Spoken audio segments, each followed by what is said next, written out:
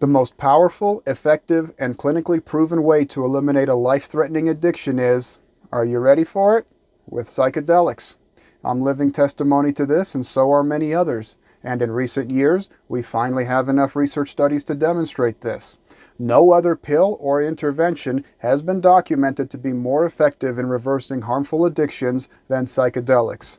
They are a restricted drug, so testing them has been limited, but in the clinical testing so far, people who have psychedelic experiences are different people afterwards. They go through changes in their value system and are often no longer attracted to the same harmful substances and behaviors that they were before.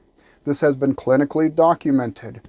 People also have a way of letting go of trauma and becoming more open and more loving. Psychedelics and drugs like MDMA have been working wonders in clinical testing on people with PTSD, and are objectively the most effective treatment for that as well. The Multidisciplinary Association for Psychedelic Studies, known as MAPS for short, is an awesome resource for information and links to clinical research going on with psychedelics. Check them out at maps.org, M-A-P-S.org, if you want to hear about the latest research in psychedelic science. But it's not that simple, see? You can't just take a dose and then get the results. There's more to it than that. You need to take a dose and then have an experience. Then you get the results. There has to be some sort of mystical experience where the transformation of values and priorities takes place. These experiences usually happen at moderate to higher doses. I talked to an astonishing number of people who are into microdosing, but have never taken a large enough dose to affect any lasting change. Microdosing seems like a reasonable enough way to get your feet wet, but there's so much lasting change and expansion of consciousness available that it seems odd to only microdose. Those who have mystical experiences often say that it was the single most important life-changing event for them in their entire life. And this only comes with a regular psychedelic dose, not a microdose. And these are often people who are married with children, saying that psychedelics did more to change their perspective on life than having children. These trips have the potential to be the most powerful, eye-opening experience a human being can go through. There are plenty of minor awakenings to be had by people experimenting with psychedelics. These are common. You can read about them all over the internet. Oh, everything is connected. We're all one. You've heard it before. Pretty much everyone gets something out of it. And since everything is relative, many of these people are convinced that their revelations are huge and think that they've got the whole thing figured out now. But you can't just take a dose of psychedelics and expect to comprehend your experience. You're going to have to do the work one way or another. If you haven't done it before, you'll have to do it afterwards. There are no guarantees that anything will change after your experience. If you do the work beforehand, you'll be able to comprehend your experience better, and the experience might be just the catalyst needed for you to transition to a higher frequency as the default.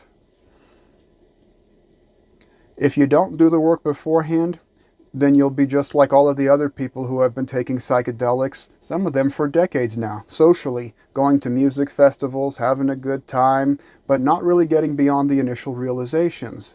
You won't have a foundation to build on. At this point, I've talked to hundreds of people who have taken psychedelics socially at music festivals, hiking out in the woods with friends, this kind of stuff. Most of them have only had the very surface level realizations of oneness and unity, the cliche kind of stuff that you always hear. They still don't know who they are, how they got here, or where they're going. They still don't know what they should be doing with their time and energy in life. They still have trouble finding balance and fulfillment. Why? Because they haven't done the work. What kind of work? Everything you hear me talking about in this course is aimed at hosting a higher version of your consciousness.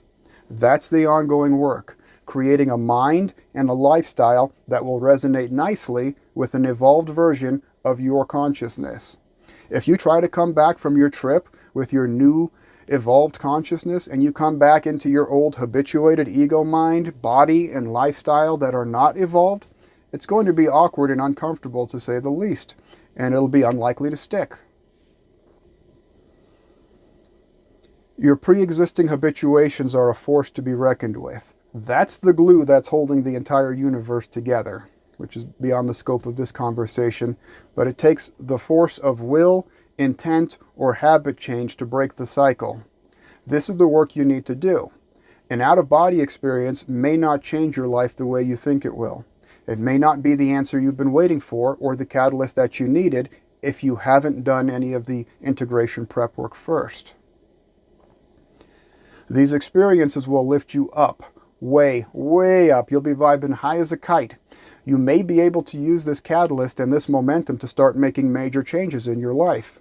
But again, this is very important. If you haven't put in the work yet and built a solid, useful habituation for yourself, you may run out of steam sooner than expected and come crashing down from the highest height you've ever come crashing down from before. And where will you go crashing down into? Into the swamp, of course. And this can be devastating. You don't want to get stuck in this in-between limbo land for too long. You can end up seriously depressed and frustrated. Make sure you watch my other video on Dark Night of the Soul to understand the swamp and how to make it through. It's essential that you have a solid daily practice. This is the level of training or habituation that you will fall to when things get challenging. Don't be another psychedelic schmuck who goes flying sky high, then is unable to integrate what he learned because the ego mind he comes back to is so different than the higher consciousness he just experienced. Remember everything I've been saying about making the thoughts and habits of your higher self your default habituation? Remember how I'm driving these points home with you throughout this entire course? It comes in really handy right here. It makes a cozy home for a newly evolved you to come back to. You need to be like one of those sea creatures who makes a big shell ahead of time for himself to grow into eventually. Do the work first so you don't come back from your trip vibing high and find yourself unable to fit into your low vibe ego mind. You can and should start grooming your ego mind long before you even think about psychedelics. Your ego mind needs to resonate and vibe in harmony with the higher self-consciousness that you're trying to bring into your everyday life. It's not easy making it through the swamp alone.